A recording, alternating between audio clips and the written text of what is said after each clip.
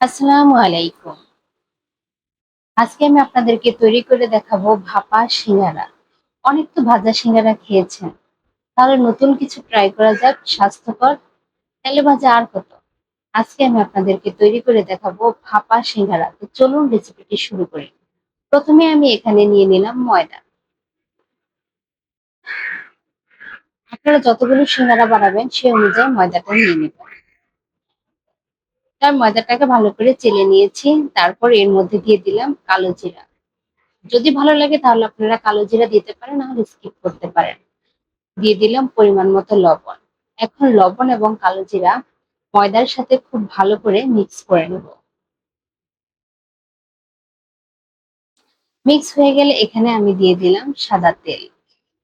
এখন তেলটাকে ময়দার সাথে খুব ভালো করে হালকা হাতে কিছুক্ষণ মেখে নিতে হবে। এভাবে ডলে ডলে আপনারা মেখে নেবেন। সম্পূর্ণ মেখে নেওয়া হয়ে গেল কিনা এটা কিভাবে বুঝবেন? যখন আপনারা ময়দাটা মাখা হয়ে যাবে তখন আপনারা কি করবেন, এরকম একটা মুষ্টি তৈরি করে নেবেন। দেখবেন মুষ্টিটা ভাঙবে না। আর এভাবে হালকা হাতে চাপ দিলে মুষ্টিটা ভেঙে গেছে, তখনই বুঝবেন যে খুব ভালোভাবে ময়দাটা গোলা হয়ে গেছে। এখন আমি রুম টেম্পারেচার থাকা পানিটা দিয়ে দিলাম। অল্প অল্প করে পানি দিব আর একটি ডো তৈরি করে নেব। বেশি করে পানি দিবেন না, তাহলে কিন্তু ডোটা নরম হয়ে যেতে পারে। এই ডোটা বেশি নরমও হবে না, আবার বেশি শক্তও হবে না। দেখে আপনারা বুঝে নেন। আমি এভাবে একটু একটু করে পানি দিয়ে পুরো একটি ডো তৈরি করে নিলাম।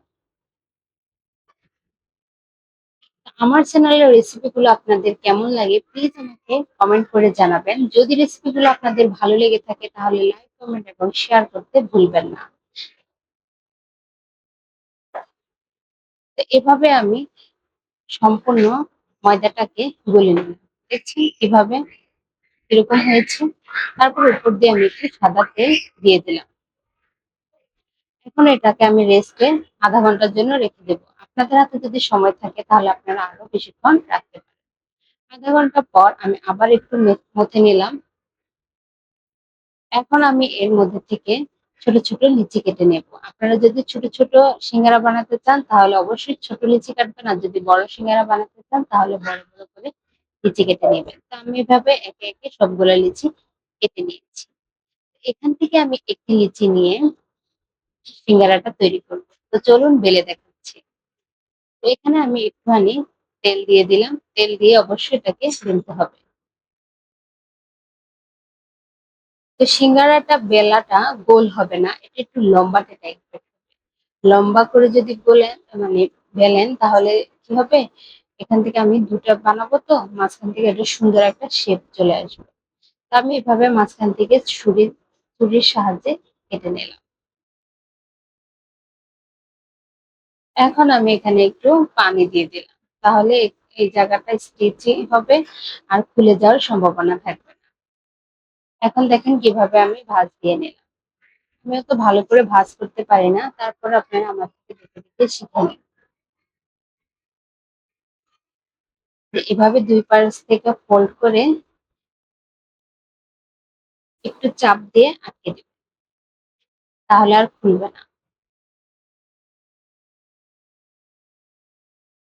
এখন আমি এখানে দিয়ে দিব পুর। পুরের রেসিপিটা আমার চ্যানেলে আরেকটা সিঙ্গারার রেসিপি আছে, সেখানে আমি দিয়ে দিয়েছি। লিঙ্কটা আমি ডিসক্রিপশন বক্সে দিয়ে দিব, আপনারা ওখান থেকে দেখে নিতে পারেন।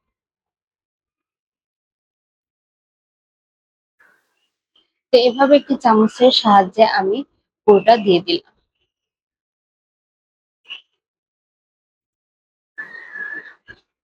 তারপরে পুর ভরে দুই সাইডটাকে আমি এভাবে বেড়ে দিয়েছি, ভালো করে চাপ দিয়ে যাতে না খুলে আসে। তারপর এভাবে ভেঙে দিয়েছি। তো এভাবে আমি একে একে সবগুলো ভেঙে নিয়েছি এবং বানিয়ে নিয়েছি। তা আপনারা আপনাদের সুবিধার জন্য আমি আরেকটি আপনাদেরকে তৈরি করে দেখাচ্ছি, দেখে নেন।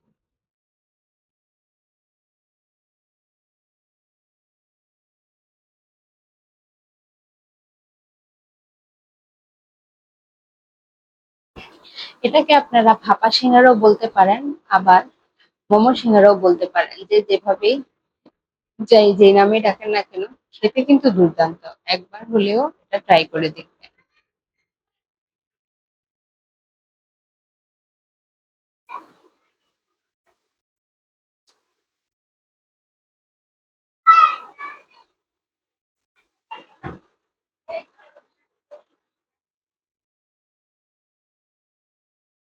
আপনারা ভিডিওটা টেনে না দেখে সম্পূর্ণ ভিডিওটা দেখবেন।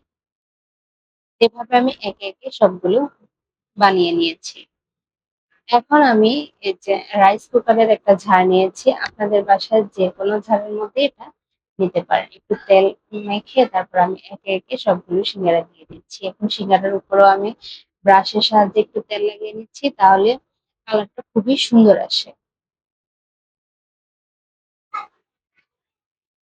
আপনারা একটা রাইস কুকার যদি আপনাদের বাসায় থেকে থাকে তাহলে রাইস কুকারেও ভাপ দিয়ে নিতে পারেন। তা না হলে আপনারা চুলাতে একটি হাঁড়ি বসিয়ে সেখানেও ভাপ দিয়ে নিতে পারেন।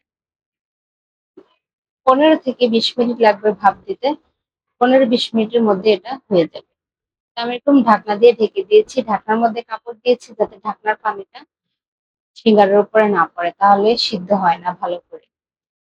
তো দেখছেন আমার রেসিপিটা। আপনারা প্লিজ এটা ট্রাই করে দেখবেন। আজকের মতো এই পর্যন্ত। পরবর্তীতে নতুন কোনো রেসিপি নিয়ে হাজির হবো। আল্লাহ হাফেজ।